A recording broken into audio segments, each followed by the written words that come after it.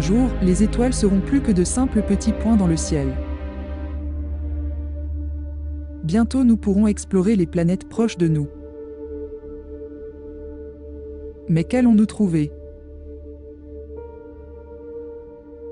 Aujourd'hui, nous avons déjà des données pour commencer à répondre à cette question.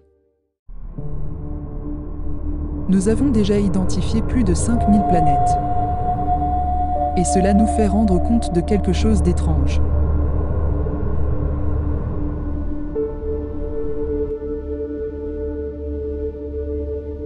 À seulement 40 années-lumière de la Terre, bienvenue dans le système TRAPPIST. Planète qui gravite autour d'une petite étoile, une naine rouge, on trouve la planète TRAPPIST-AC.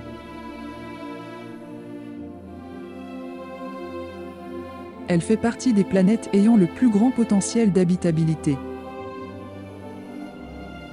Des océans, des rivières et des forêts peuvent y exister. Cependant, ces planètes sont si proches de l'étoile qu'elles sont victimes d'un couplage gravitationnel. Cela signifie que la même face de la planète est toujours tournée vers l'étoile, exposant une face à un jour éternel et à des températures très élevées, et l'autre face à une nuit éternelle, entraînant de très grands contrastes de température et une surface habitable réduite. Comme les planètes autour de petites étoiles sont toujours sur des orbites très proches. Une fois par mois, une planète au moins 50 000 fois plus massive que notre Lune se rapproche dangereusement. Cela déclenche des événements extrêmes, plusieurs fois plus importants que ceux qui peuvent exister sur Terre. Des grands tsunamis et des vallées entières sont submergées.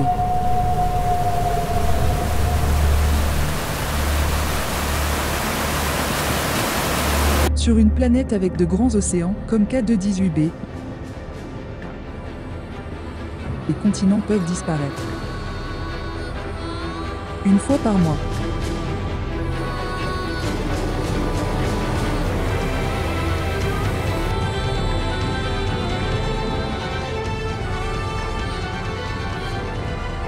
Cela n'empêcherait pas la vie, mais serait un obstacle pour une civilisation. Il faut s'attendre à ce que l'activité volcanique soit bien supérieure à celle de la Terre.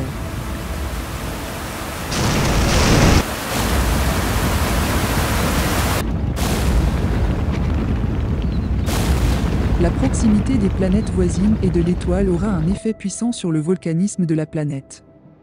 Nous savons que l'activité volcanique est nécessaire pour maintenir la vie, mais des niveaux élevés de volcanisme rendraient très difficile le développement d'une civilisation. Non seulement les planètes trappistes doivent avoir ces caractéristiques, mais aussi toutes les planètes de naine rouge. Les planètes du système Kepler 186, ou les planètes Gliese 357, ou encore les planètes Théoi 700, comme les planètes réputées pour être les meilleurs candidats à l'habitabilité. Alors, pourquoi sommes-nous dans un système de naines jaunes qui n'a pas ces problèmes, si les naines rouges sont 5 fois plus nombreuses? L'astronome David Kipping appelle cela le paradoxe du ciel rouge. Nous devrions être sur une planète avec des phénomènes extrêmes, comme c'est le cas de 80% des planètes habitables. Mais ce paradoxe va beaucoup plus loin, puisqu'il doit aussi inclure de grosses planètes en orbite autour de plus grosses étoiles. Les super-Terres. À 600 années-lumière, nous trouvons la super-Terre Kepler 22b. Plus de 2 fois la taille de la Terre et entièrement recouverte par un immense océan. L'océan de Kepler 22b est milliers de fois plus profond que les océans de la Terre. Il pourrait y avoir de la vie là-bas. Mais à cause de l'immense pression, même sur les parties moins profondes, la vie ne peut exister que très près de la surface. Comme le dit l'astronome Lisa Kaltenegger, une civilisation sur cette planète n'aura pas accès aux éléments technologiques les plus élémentaires comme les métaux, l'électricité ou même le feu pour la métallurgie. Kepler 442b est une super-Terre recouverte d'océans gelés, qui a une forte probabilité d'être habitable. Il peut avoir une activité volcanique et une température appropriée dans certaines parties de la planète. Des créatures semblables à celles de la Terre peuvent vivre dans les parties les plus chaudes. Deux autres super-Terres avec un grand potentiel d'abriter la vie sont Kepler 62e et Kepler 62f. Ce sont des super-Terres avec de grands océans gelés. Les créatures sur ces planètes doivent vivre dans le froid et dans l'obscurité. Comme le dit Lisa Kaltenegger, parmi les planètes habitables, les planètes avec de grands continents comme la Terre sont rares. Les planètes océaniques sont très courantes. Mais une exolune pourrait avoir un climat moins froid et une meilleure répartition des eaux et des continents. Avec des masses de 35 et 100 fois la masse de la Terre, Kepler 62f et Kepler 16b sont deux planètes assez grandes pour avoir des lunes habitables.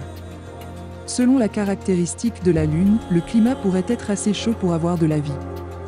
La surface de ces lunes sera parsemée de grands cratères. Comme les volcans et les ouragans, les impacts périodiques d'astéroïdes sont nécessaires pour maintenir la vie. Mais les super-Terres proches de l'étoile ont une très forte tendance à attirer les astéroïdes. Ainsi, ces lunes seraient des victimes collatérales de la proximité de la planète hôte. En raison de la grande masse de la planète qui abrite la Lune, les impacts d'astéroïdes sont beaucoup plus destructeurs que sur Terre.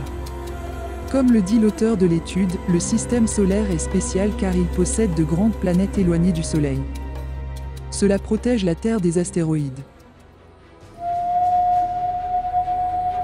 Mais le haut du classement est souvent dominé par Kepler 452b. Une fois et demie la taille de la Terre, cette super-Terre peut avoir un climat tropical trop chaud pour la vie. Mais ce problème peut être compensé grâce à une combinaison spécifique des facteurs tels que de forts ouragans, une inclinaison et une excentricité bien ajustées, pour bien distribuer la chaleur autour de cette grande planète. Nous savons peu sur l'orbite de cette planète. Mais si c'est la seule du système, il est probable qu'elle ait une orbite très excentrique. C'est-à-dire qu'au cours de l'année, elle s'éloignerait du Soleil. Ce qui provoquerait des changements climatiques périodiques globaux et brutaux. Et réduirait drastiquement la région habitable. Le système solaire est particulier car il compte de nombreuses planètes à faible excentricité. La plupart des planètes de la Voie lactée, surtout dans les systèmes ayant peu de planètes, auront de fortes excentricités et donc de très petites régions habitables. De plus, il est tout à fait possible que la naine jaune de cette planète soit instable. La plupart des étoiles, même parmi les naines jaunes, sont beaucoup plus actives que notre Soleil.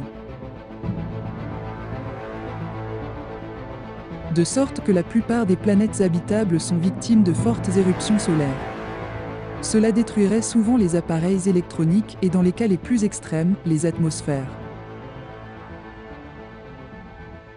Mais la pire menace de toutes est qu'elle affecte la grande majorité des planètes de la galaxie. Une collision entre des étoiles de neutrons peut détruire des planètes à des années-lumière.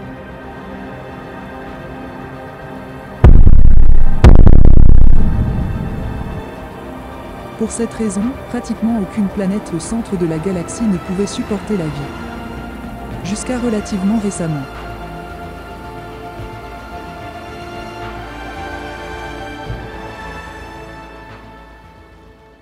La Voie lactée peut contenir des dizaines de milliers de planètes habitables. Ainsi qu'un nombre incalculable de plantes et d'autres créatures extraordinaires. Avec la capacité de survivre et de se régénérer dans les environnements les plus extrêmes. Mais les planètes avec stabilité et ressources pour le développement d'une civilisation sont très rares. Entre les planètes des naines rouges et les planètes océaniques aujourd'hui, nous pouvons estimer que même si nous trouvons plus de 10 000 planètes habitables, difficilement nous trouverons une est plus adaptée à une civilisation que la Terre.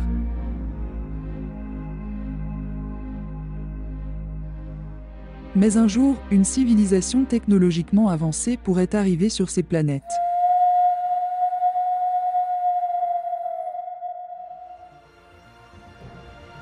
Un jour, les étoiles seront plus que de simples petits points dans le ciel.